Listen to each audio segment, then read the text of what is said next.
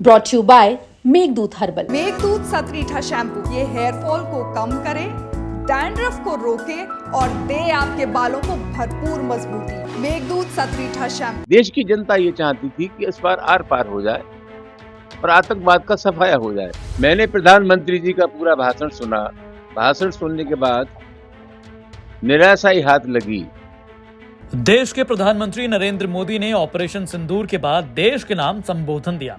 PM Modi ने कहा कि खून और पसीना एक साथ नहीं बह सकता। ऑपरेशन सिंदूर ने आतंक के खिलाफ लड़ाई में एक नई लकीर खींच दी है। लेकिन प्रधानमंत्री की बातों को सुनकर और सीज फायर पर सपा राज्यसभा सांसद रामजीलाल सुमन बड़े निराश नजर आए। कहते दिखे कि पूरा भारत ये नहीं चाहता था, ये तो निराशा हाथ लगी है।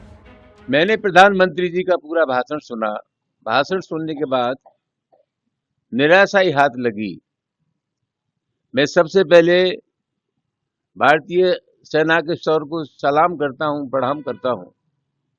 और सबसे अहम सवाल है, जब हम आतंकवाद की बात करते हैं तो प्रधानमंत्री ने घोषणा की थी कि कश्मीर से 370 खत्म होने के बाद और नोटबंदी के बाद हमने आतंकवाद की कमर तोड़ दी है, आतंकवाद खत्म हो गया है।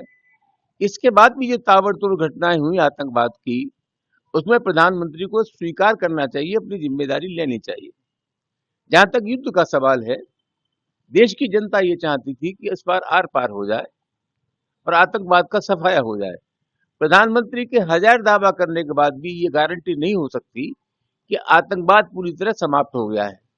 प्रधानमंत्री घोषणा कुछ भी करें, दावे कुछ भी करें, पूरी दुनिया जानती है कि युद्ध विराम अमेरिका के दबाव में हुआ है। ये स्थगित हुआ है तो अमेरिका के दबाव में स्थगित हुआ है, और आगे भी कोई निर्णय जब होगा तो किसी दबाव में ही होगा। और ऐसा लगता है कि हिंदुस्तान की सरकार का मादा ये नहीं है कि वो अपने आप को विवेक से काम करे। आपको बता दें कि पिछले दिनों महाराणा सांगा पर सदन में विवादित बयान देने के बाद सपा सांसद रामजीलाल सुमन सुर्खियों में आए थे। इस बयान के बाद करणी सेना सपा सांसद पर ऐसा आग बबूला हुई कि पहले उनके घर पर हमला किया गया और फिर आगरा में उनके खिलाफ भीड़ इकट्ठा कर हिंसक बयान और प्रदर्शन भी किया गया। लेकिन इस पूरे मामले पर सपा अध्यक्ष अखिलेश यादव ने अपने सांसद का समर्थन किया, बकायदा उनसे मिलने के लिए आगरा उनके आवास पर भी पहुंचे। बहरहाल भारत पाकिस्तान की तनातनी के बीच एक बार फिर सपा सांसद अपने बयानों से चर्चा में आ गए हैं। आपकी इस खबर पर क्या कुछ राय है, हमें कमेंट करके जरूर बताएं। ब्यूरो रिपोर्ट, यूपी तक।